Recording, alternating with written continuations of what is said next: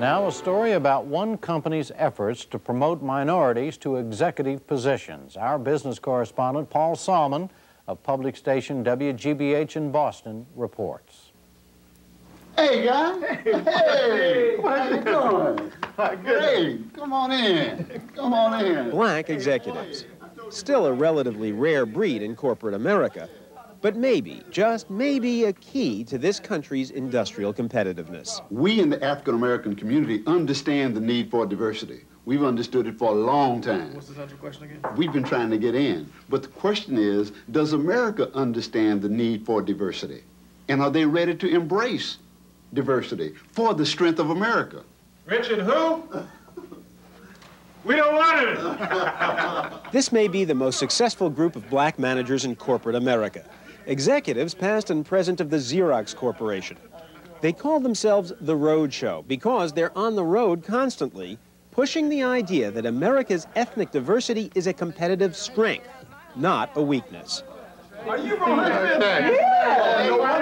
They converged on Boston because tomorrow, every MBA student at the Harvard Business School will hear them tell the case history of the black network at Xerox. Xerox senior management, in its infinite wisdom, somewhere along the line said, we're going to empower these men and their associates to be who and what they are.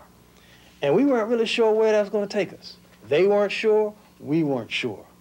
But what they did was say that we're going to trust you, and empower you to be African Americans and bring that to the table. And it worked.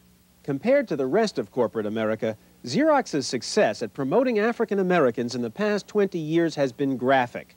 Any way you count it, blacks make up less than 6% of U.S. management.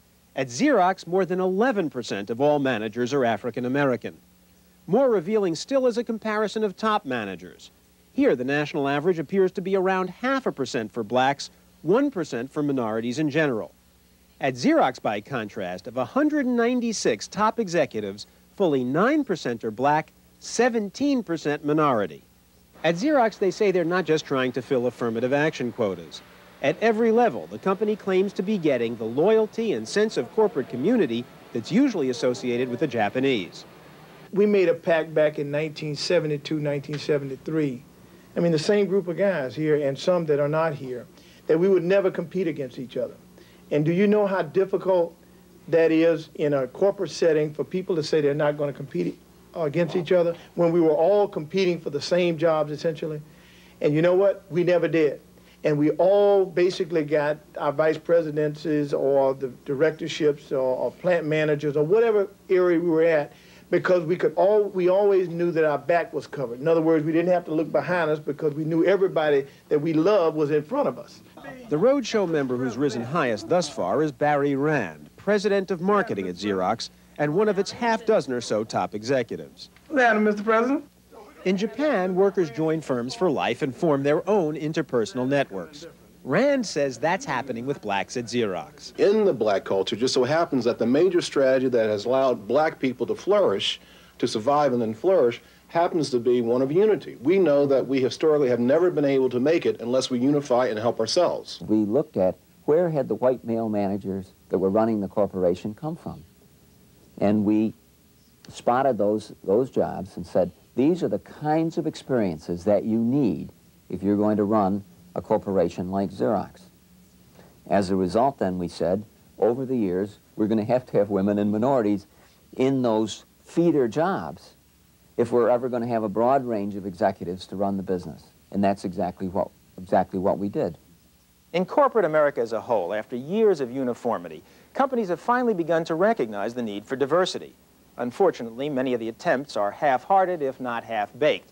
Tacos in the company cafeteria, for instance, or the promotion of a few token minority members to executive slots created just for them.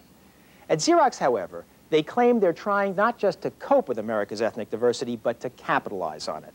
Minorities are encouraged to use their ethnicity as a source of mutual support, of group identity, of corporate identity. African Americans do it through a network known as the Black Caucus.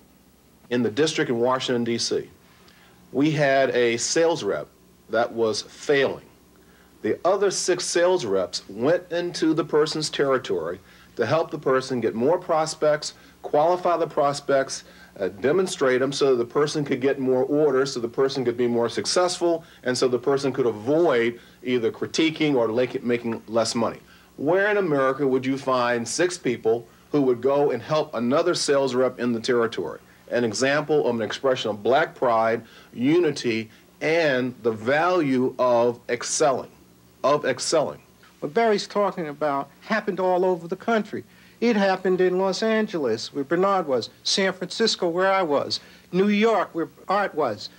Everywhere in the country, this was a common practice. Racial generalizations can obviously be dangerous, even when they're positive. Are blacks really less hierarchical than whites? If so, is that an advantage? Do Asians have a special work ethic that somehow rubs off on other employees? Do Jews bring a special respect for education? You see how easily caricature could creep in here. And yet, different cultures obviously do have different strengths. Bring them together around a table and it simply stands to reason you'll have a greater range of experiences and perspectives than, for want of a better comparison, a group of more homogeneous Japanese. But even if you don't buy all this stuff about diversity as competitive advantage, you still have to grant Xerox's main reason for nurturing it, the inexorably changing nature of the American workforce. The issue is that America is in an economic war. It can't fight the economic war with 1/3 of its population, which is basically majority male. The issue is skills, the issue is ingenuity, the issue is how do you take an underutilized population that has been historically underutilized, that has not had the opportunities, and bring them into, in this case, a workforce where they can contribute to the corporation's objectives and goals. To promote one of your own. There's nothing wrong with that. The issue is not whether they're competent or not. Everybody who's vying for the job ought to be competent. That's not the question. The question is, what's the difference? The difference is somebody that's going to be loyal to and can also make a difference in your community. That's very important. As white corporate America begins to open up its system to other black people and other groups as we approach the year 2000, they'll find that kids won't see their role models as Magic Johnson. They'll see their role models as Barry Rand and others. You follow me? Which is true in other groups. And I think for our society really to change, that we're going to have to begin to provide another vehicle for kids in our communities to be able to see that they can get out other than being 1 out of 12,000 in bouncing the basketball. You're looking healthy, my friend. Ever since the David Kearns era at Xerox, the idea has been to capitalize on diversity instead of just compensating for it. And to Roadshow member Kent Amos, the Xerox story shows how to do it and why. So what it says is you can do all these things and win. And win. That's what's critical here that we understand. You don't lose by doing this, you win by doing this.